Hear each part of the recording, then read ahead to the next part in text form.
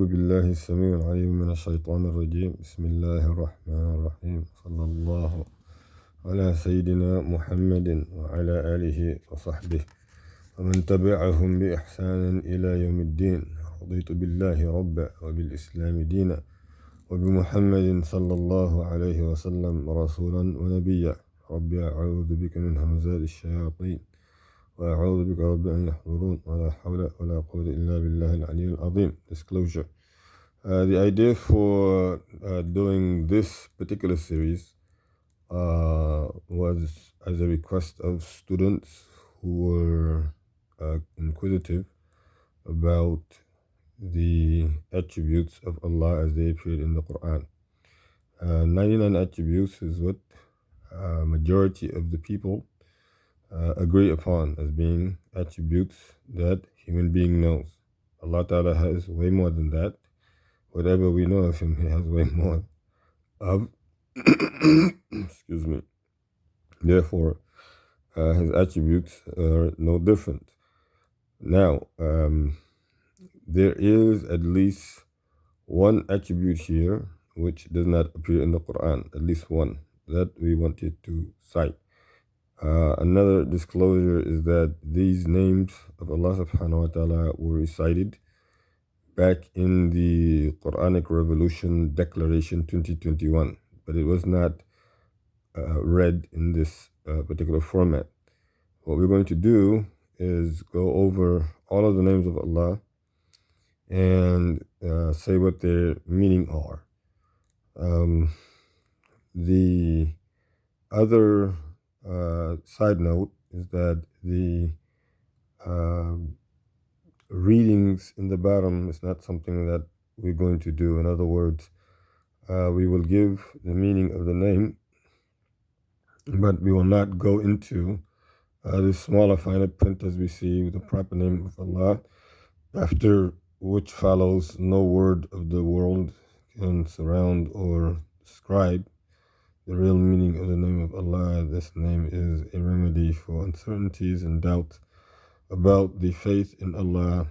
If you repeat it 1,000 times daily, your heart will be free from the fears.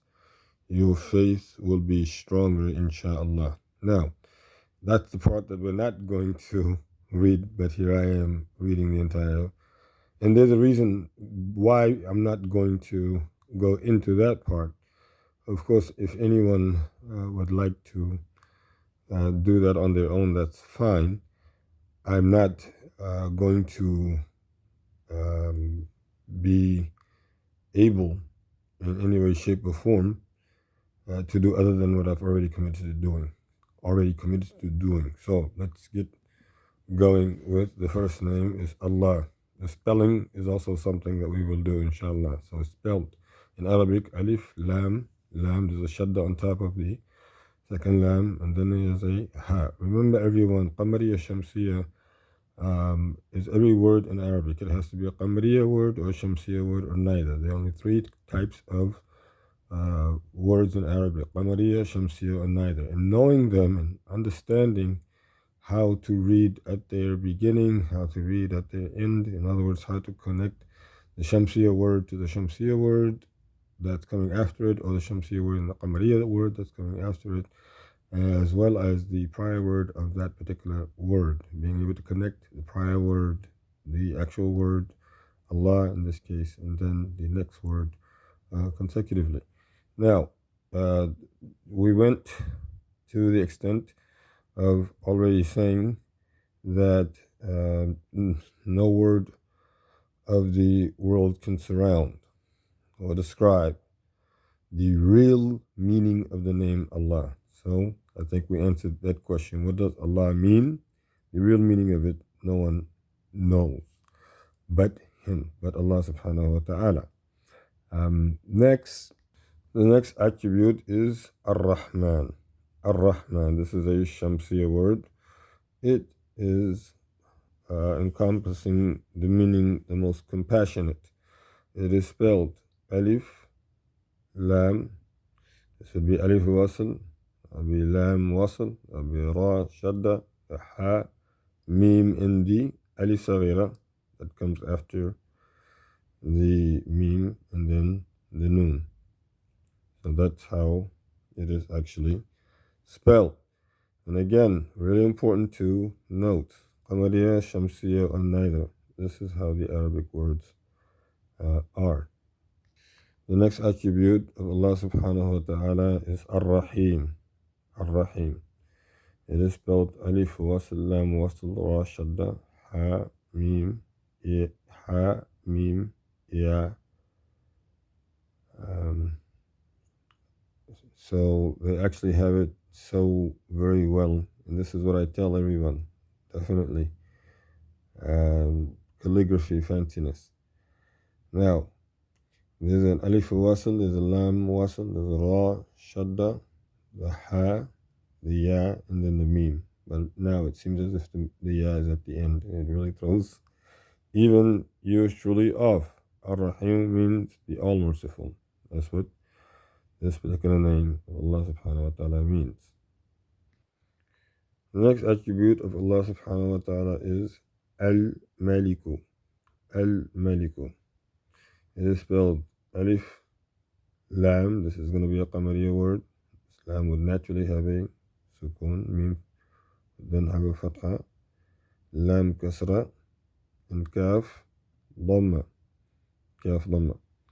When we are calling upon Allah subhanahu wa ta'ala with these beautiful attributes, then we're not saying Al-Maliku, we're saying Ya Maliku. So as we would say, Ya Allah, Ya Allahu, Ya Allahu, and we would call upon him, Ya Rahmanu, Ya Rahmanu, Ya Rahimu, Ya Maliku. So that's how it would work when we were using it in a form of dhikr, which is very, very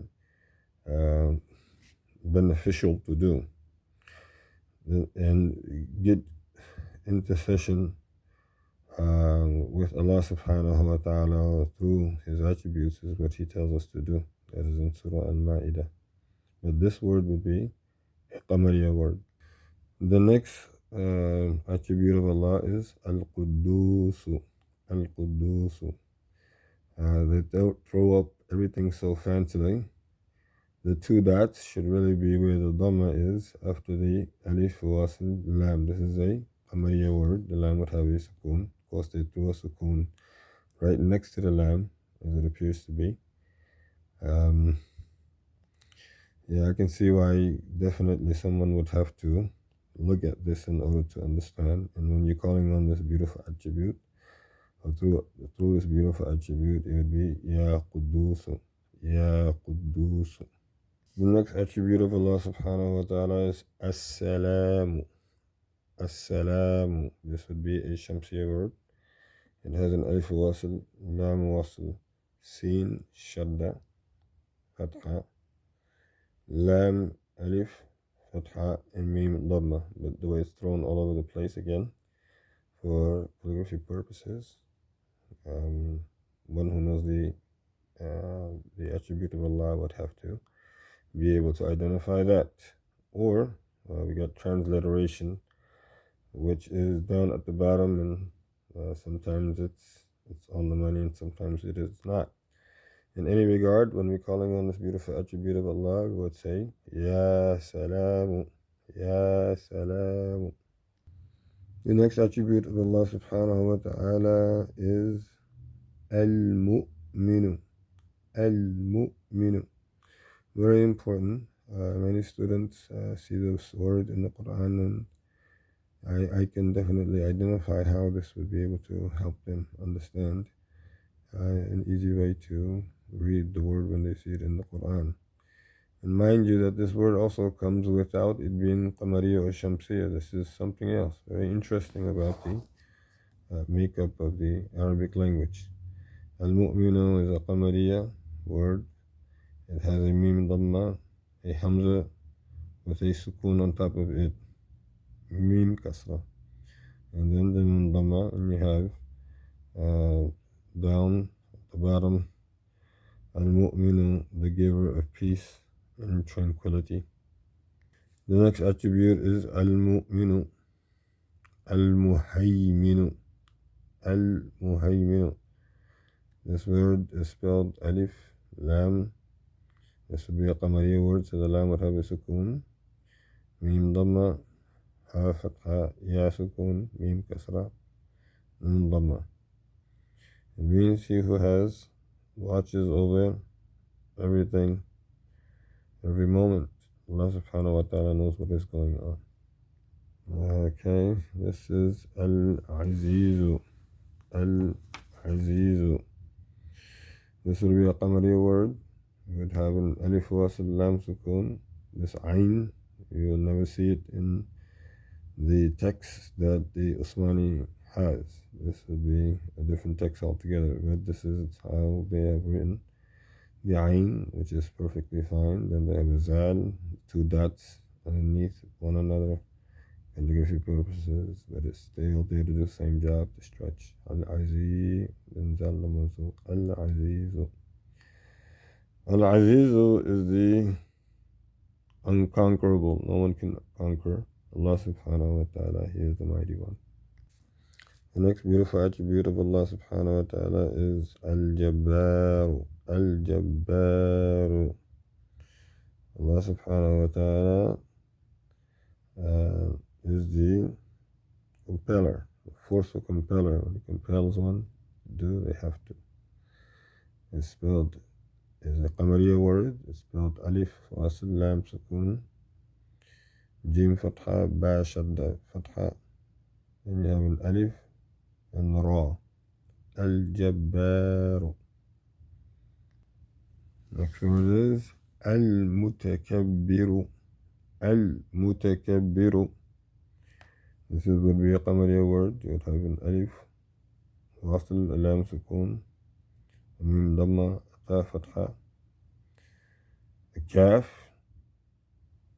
fatha, and then a ba shadda kasra, and a ra with a sukoon. This magnificent name means the highest, majestic, who has bare beauty and majesty in all his attitude. So he bears beauty as well as majesty in all of his attributes.